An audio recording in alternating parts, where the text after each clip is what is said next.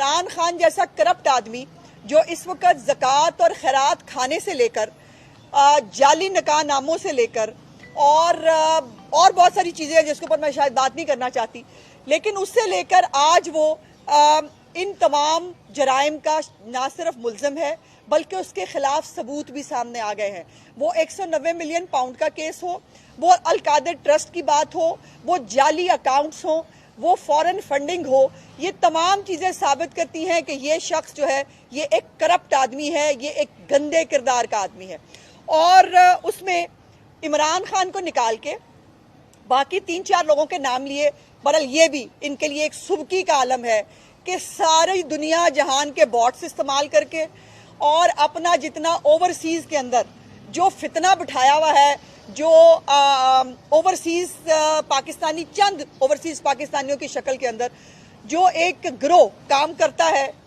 P T I کے fake propaganda کو آگے لے جانے کے لیے، اور اس کے لیے وہ کسی بھی حد تک اتر سکتے ہیں۔ اس میں جبران الیاس جو ان کا ایک غالباً آج کل نیا ارسلان بیٹا وہ ہے، اور وہ دیکھ رہا ہے ان تمام معاملات کو۔ اس کی بھی ایک انٹرسیپٹ کے ساتھ ایک سٹوری سامنے آئی ہے، وہ بھی آلریڈی بریک ہو چکی ہے۔ مزے کی بات ہے پکڑے جاتے ہیں لیکن اتنے بے شرم ہیں، اتنے شرمندگی پروف ہے کہ ان کو شرم نہیں آتی، اور یہ پاکستان کو بدنام کرنے کی کوئی کسر نہیں چھوڑتے۔ وہ آپ لسبیلا کا آپ کو ایک واقعہ یاد ہوگا، جس واقعے کے اندر ایئر کریش ہوا تھا اور کور کمانڈر کوئٹہ جو ہے وہ اس میں شہید ہوئے تھے، اس کے اوپر بھی انہوں نے جو ایک وطن سے دشمنی ہے، جو ایک فوج کے ادارے سے دشمنی ہے ان کی،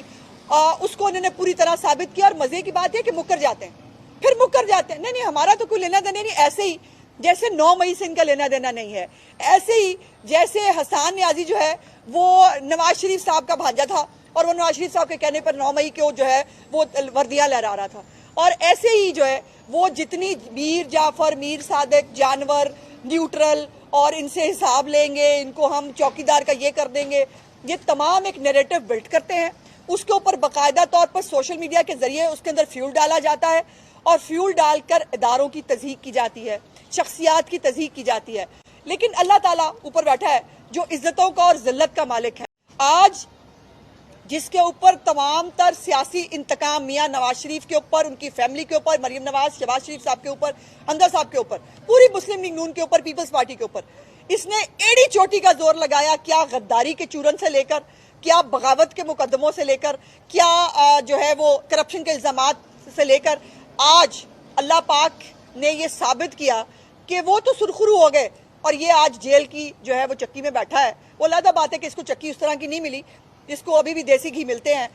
جیل کے اندر اس کو مٹن کھانے کو ملتے ہیں، لیکن آج یہ کن چیزوں کا جواب دے گا؟ آج جو اسلام آباد ہائی کورٹ میں اور اسلام آباد کی عدالتوں میں